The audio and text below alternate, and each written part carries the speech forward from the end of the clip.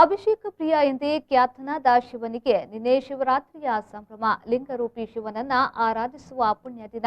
ಮಹಾಶಿವರಾತ್ರಿಯ ದಿನದಂದು ಈಶ್ವರನ ದೇವಾಲಯಗಳಲ್ಲಿ ವಿಶೇಷ ಆರಾಧನೆಗಳು ನಡೆಯುತ್ತಿದ್ದು, ಇತಿಹಾಸ ಪ್ರಸಿದ್ಧ ಪುತ್ತೂರು ಶ್ರೀ ಮಹಾಲಿಂಗೇಶ್ವರ ದೇವಸ್ಥಾನದಲ್ಲಿ ದೇವಳದ ತಂತ್ರಿ ಕುಂಟಾರು ರವೀಶ ತಂತ್ರಿಯವರ ನೇತೃತ್ವದಲ್ಲಿ ನಡೆದ ಉತ್ಸವದಲ್ಲಿ ಸಂಜೆ ಶ್ರೀ ದೇವರ ಬಲಿ ಉತ್ಸವ ಹೊರಟು ಪಲ್ಲಕ್ಕಿ ಸೇವೆ, ರಾತ್ರಿ ರಥೋತ್ಸವ, ಕೆರೆ ಉತ್ಸವ ನಡೆಯಿತು.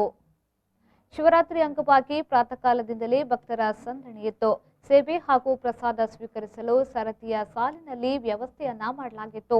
ಮಹಾಶಿವರಾತ್ರಿಯ ಪ್ರಯುಕ್ತ ದೇವಾಲಯಕ್ಕೆ ಭೇಟಿ ನೀಡಿದ ಭಕ್ತರು ಶ್ರೀದೇವರಿಗೆ ಪ್ರದಕ್ಷಿಣೆಯನ್ನ ಹಾಕಿದ್ರು. ಮಹಾಶಿವರಾತ್ರಿಯಂದು ರಾತ್ರಿ ಉತ್ಸವ ಸಂದರ್ಭ ನೂರಾರು ಭಕ್ತರು ಶ್ರೀ ದೇವಳದ ಒಳಾಂಗಣದಲ್ಲಿ ಪ್ರದಕ್ಷಿಣಾ ಸೇವೆಯನ್ನ ಸಲ್ಲಿಸಿದ್ರು. ವರ್ಷದಿಂದ ವರ್ಷಕ್ಕೆ ಪ್ರದಕ್ಷಿಣೆ ಸೇವೆ ಸಲ್ಲಿಸುವವರ ಸಂಖ್ಯೆ ಅಧಿಕಗೊಂಡಿತು. ದೇವಸ್ಥಾನದ ರಾಜಗೋಪುರ ಬಣ್ಣ ಬಣ್ಣದ ವಿದ್ಯುತ್ ದೀಪಾಲಂಕೃತಗೊಂಡು ಜಗಮಗಿಸುತ್ತಿದ್ದು ಆಕರ್ಷಕವಾಗಿತ್ತು.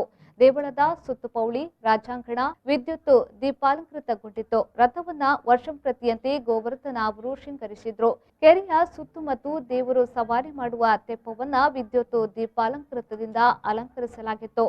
ಧ್ಯಾನರೂಢ ಶಿವನ ಪ್ರತಿಮೆಯ ಸುತ್ತ ಶುಚಿತ್ವಗೊಳಿಸಿ ವಿದ್ಯುತ್ ದೀಪಗಳಿಂದ ಅಲಂಕರಿಸಲಾಗಿತ್ತು.